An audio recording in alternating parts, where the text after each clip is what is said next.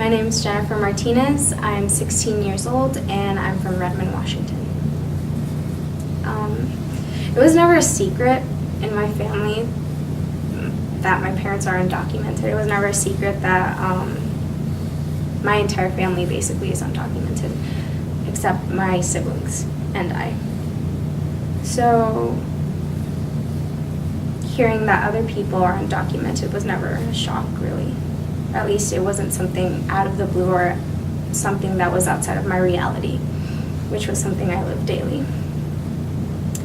I remember being 4 years old and carrying a picket sign, and it was bright pink, and it said, "Reform Now." It was the May Day parade. I remember carrying that and walking and asking my dad, "Are we done yet?" He said, "No, this is what it's about." I remember being 10 years old and I was out with friends amongst the neighborhood. We were just playing, hanging out. Suddenly one of my friends, her mom, comes rushing out of her house and she's frantic. "Go to your house, lock the door, don't open the door, pretend you're not home, just go home." And I was confused. I was like, why do we have to go home? It's not raining, it's not really cold, there's no reason to go inside. At least to most people there wouldn't be a reason. So I asked her, I was like, why do we need to go inside?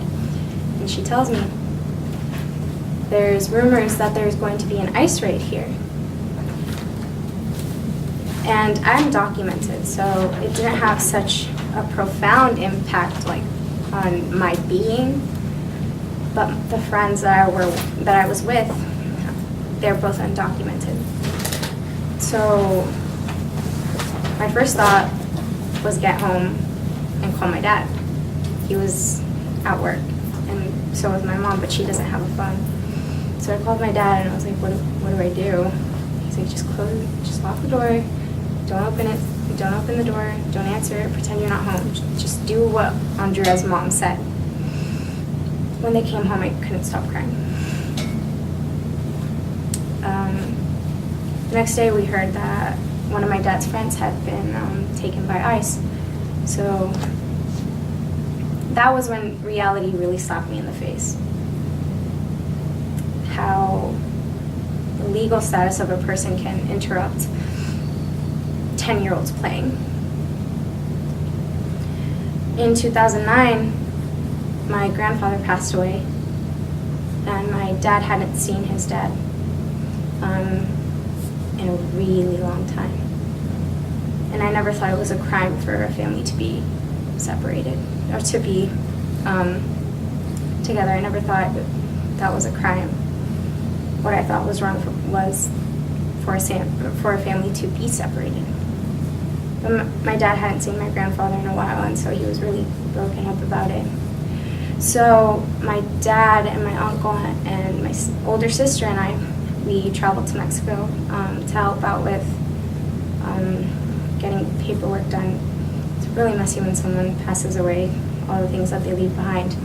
And so it was a really big culture shock, and it was just a shock in general seeing people that I called family but had never had the opportunity to meet until I was 12 years old. And so we spent 3 weeks with my family in Mexico. We spent 3 weeks getting to know each other.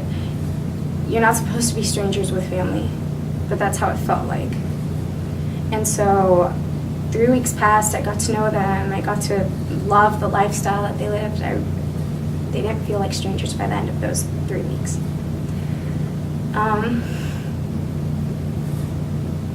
Time was up. I had to go back to school. So my dad put me and my sister in a cab, got in, and we went all the way to the airport in Mexico City. And we got to the gate, and my dad's like, take care of yourselves, take care of your mom, tell your siblings I love them, you know I love you, and I'll try my best to come home. I left my dad at the gate not knowing whether I would see him again.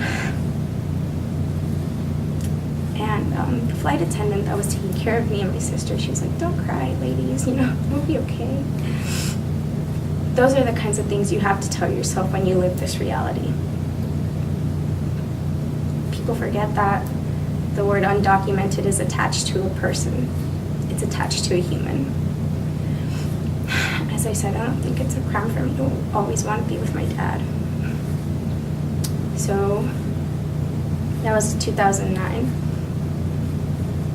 I didn't see my dad until the end of 2009. I'm lucky. I wasn't separated from my dad for more than a year, less than 6 months. But that feeling of being separated from a family member, from someone you love, those are things you never get over easily. Those are things that stay with you, regardless of the time.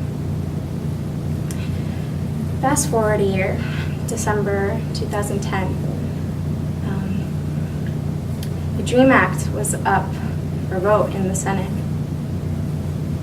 A lot of my family members are undocumented, and many of my cousins would benefit from the DREAM Act had it passed.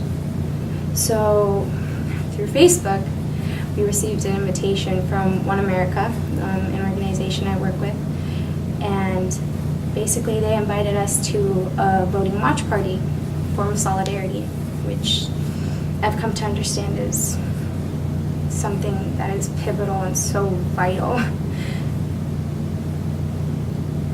not only amongst these big movements, but just amongst like people to people. Like, I've got your back, you've got my back, we are human. So there was that invite, and my cousin actually received it. And she's undocumented, and she asked me and my siblings, will you come with me? I'm scared. So we went, and that was the first time I saw white people in a room that was supporting something that I cared deeply about. Immigration reform, the DREAM Act.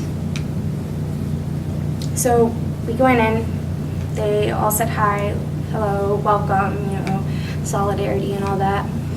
And we watched. Nay, yes, no. And by the end of it, as many know, Senate decided not to pass the DREAM Act. Silence. We all had a moment to convene around the table, but just take a moment to really, did Senate really just shoot down like millions of dreams? That's what happens when people forget that undocumented is tied to a human. So we took a moment and kind of gathered our thoughts, and then we went around the table sharing what we were feeling, what we were thinking at that moment. And as I said, that was the first time I ever saw white people in a room or in some kind of demonstration that showed that they were in, you know, solidarity with me. And it comes up that this white man, he stands up and he says, this isn't over, it's okay. Just understand that one day there's going to be more people that look like you and less people that look like me. There's going to be more people that look like me that are supporting what it is that you're working so hard towards. Up until that point, I had thought that I was alone, that it was just me and my family against this big entity that was the government. What's a 10-year-old supposed to do? What's a 4-year-old supposed to do when their mother is separated from them, taken from them? What was I supposed to do when I left my dad at the airport? At that moment, at that time, I didn't know what. I can't do anything, I can just wait.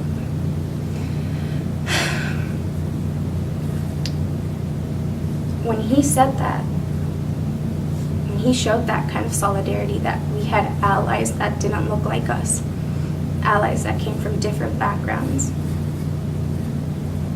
I didn't feel so alone anymore, and it wasn't as scary. So from then on, that's when I truly began immersing myself in this world of,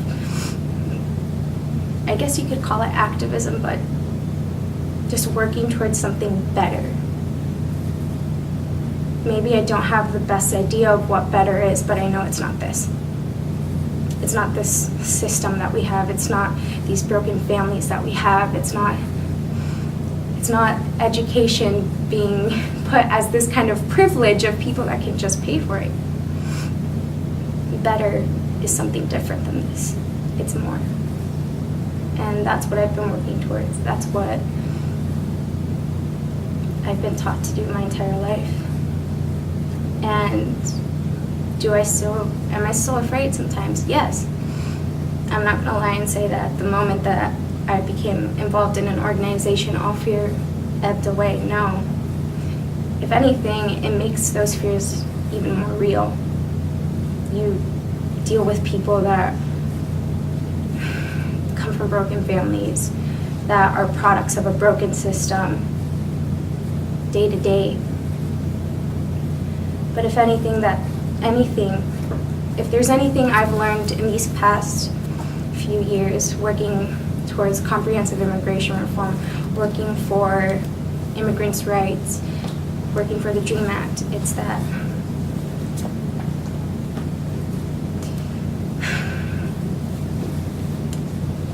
there are things that are more important than fear. There are things in the world that are more important than personal comfort. And if you're not willing to risk, then really, are you doing anything?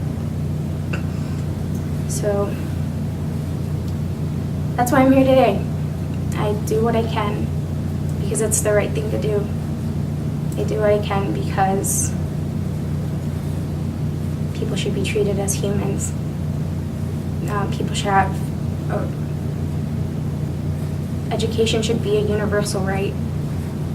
Being with your family should be a universal right, and no person should ever have to deal with leaving their father at the airport or being a 10-year-old running into their house because there's going to be an ICE raid. No one should be a product of a broken system. I was asked this question today, does this fight ever stop? It'd be foolish to think that it does. We are a resilient community. We work for what we want. We may not have millions of resources that we can tap into, but if anything, that's only made us more resourceful in the sense that we work with what we have, and we do one hell of a good job at it. I'm still afraid, but as I said, there are more important things than my fears.